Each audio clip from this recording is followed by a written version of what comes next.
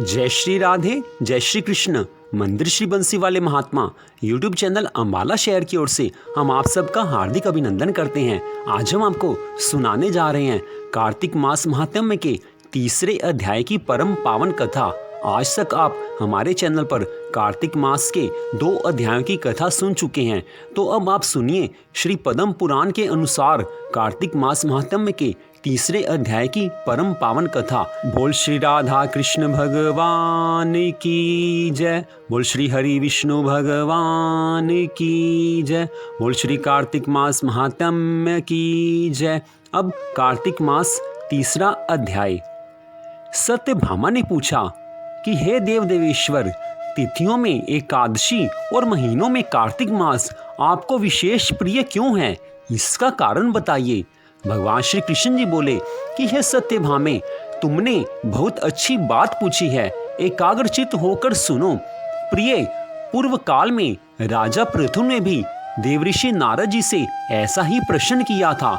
उस समय सर्वज्ञ मुनि ने उन्हें कार्तिक मास की श्रेष्ठता का कारण बताया था।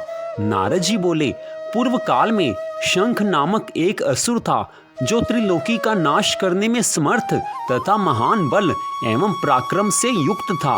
वह समुद्र का पुत्र था। उस महान असुर ने समस्त देवताओं को परास्त करके स्वर्ग से बाहर कर दिया और इंद्र आदि लोकपालों के अधिकार छीन लिए।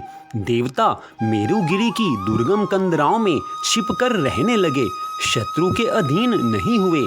तब दैत्य ने सोचा कि देवता वेद मंत्रों के बल से प्रबल प्रतीत होते हैं, यह बात मेरी समझ में आ गई है, अतः मैं वेदों का ही अपहरण करूंगा, इससे समस्त देवता निर्बल हो जाएंगे।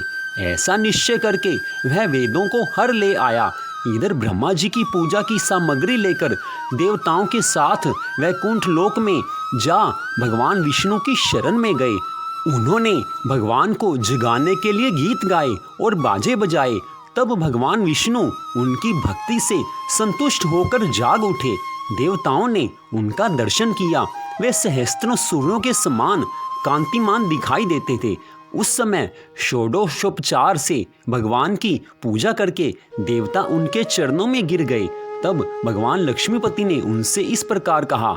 भगवान श्री विष्णु जी बोले कि हे देवताओं, तुम्हारे गीत वाद्य आदि मंगलमय कार्यों से संतुष्ट हो, मैं वर देने को उद्यत हूँ। तुम्हारी सभी मनोवांछित कामनाओं को पूर्ण करूंगा। कार्तिक के शुक्ल पक्ष की प्रबोधनी एकादशी के दिन जब एक पहर रात बाकी रहे, उस समय गीत वाद्य आदि मंगलमय विधानों के द्वारा जो लोग तुम्हारे ही समान मेरी आराधना करेंगे, वे मुझे प्रसन्न करने के कारण मेरे समीप आएंगे। शंखासुर के द्वारा हरे गए संपूर्ण वेद जल में स्थित हैं। मैं सागर पुत्र शंख का वध करके उन्हें ले आऊंगा। आज से लेकर सदा ही प्रतिवर्ष कार्तिक मास में मंत्र, बीज और यज्ञों से युक्त वेद जल में विश्राम करेंगे। आज से मैं भी इस महीने में जल के भीतर निवास करूंगा।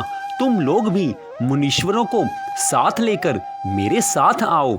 इस समय जो श्रेष्ठ द्विज प्रातः स्नान करते हैं, वे निश्चय ही संपूर्ण यज्ञों का अवभृत स्नान कर चुके। जिन्होंने जीवन भर शास्त्र की विधि के अनुसार कार्तिक के उत्तम व्रत का पालन किया हो, वे तुम लोगों के भी माननीय हो।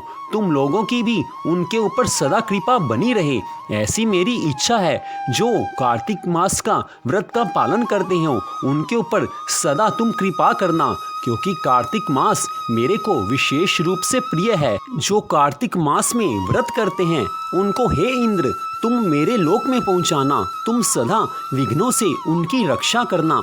हे वरुण देव, तुम उनको पुत्र आदि देना। हे धनपति कुबेर, तुम उनकी धन की वृद्धि करना, जिससे यह मेरा रूप धारण कर जीवन मुक्त हो जाएं। और हे अन्य देवताओं, जो जन्म पर्यंत तक इन कार्तिक व्रत का पालन करते हैं वे तुम्हारे द्वारा भी पूज्य हों, क्योंकि कार्तिक मास मेरे को विशेष रूप से प्रिय है।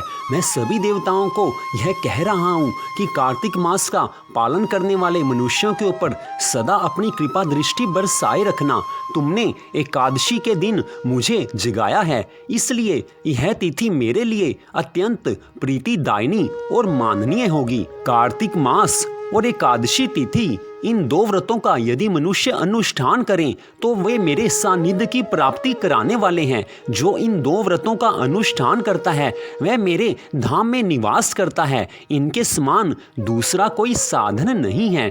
तो इस प्रकार कार्तिक मास महात्म्य के तीसरे अध्याय की कथा का यहाँ पर विश्राम होता है। भगवान श्री हरि विष्णु जी ने इस अध्याय में स्पष्ट कहा है, देवी देवताओं से स्पष्ट कहा है कि कार्तिक मास मेरे को विशेष रूप से प्यारा है, इसलिए हे देवताओं कार्तिक मास का जो भी पालन करें तुम उनके ऊपर कृपा करना। जो कोई भी मनुष्य कार्तिक का व्रत का पालन करते हैं, कार्तिक मास में भगवान की भक्ति करते हैं, उनके ऊपर सदा कृपा बना कर रखना। उनके जीवन में धन पुत्र वैभव की कोई कमी नहीं होने देना। यह भगवान विष्णु जी ने देवताओं को आदेश दिया था और भगवान श्री हरि विष्णु जी ने स्वयं कहा है कि एकादशी तिथि का व्रत और कार्तिक मास का सेवन, कार्तिक मास की भक्ति जो कोई भी करता है वह भगवान के श्री चरणों में रहता है। भगवान उसे संपूर्ण सुख वैभव तो देते ही हैं और इस मनुष्य जीवन के बाद उसको भगवान के धाम में निवास मिलता है, भगवान के श्री चरणों में उसका वास हो जाता है। तो श्री कार्तिक मास महात्म्य के पद्म पुराण के अनुसार तीसरे अध्याय की कथा को आपने सुना, तो मंदिर श्री बंसी वाले महात्मा यूट्यूब चैनल अम्बाला शहर की ओर से आप सबका धन्यवाद। और आपसे एक छोटा सा निवेदन कि कृपया आप हमारे चैनल को सब्सक्राइब करें ताकि आगे आने वाली सभी वीडियो को आप देख सकें, कथाओं को सुन सकें। तो कार्तिक मास की जो अन्य अध्यायों की कथा है वह भी हमारे चैनल पर शीघ्र ही आएंगी, तो कृपया आप उनको भी सुनें। आप सबका हार्दिक धन्यवाद। भगवान श्री राधा कृष्ण जी की, भगवान श्री हरि विष्णु जी की कार्तिक मास महात्म्य की कृपा सदा आप सब पर बनी रहे, इसी मंगल कामना के साथ जय श्री राधा रानी जी की, जय श्री कृष्ण भगवान जी की, जय श्री हरि विष्णु भगवान जी की।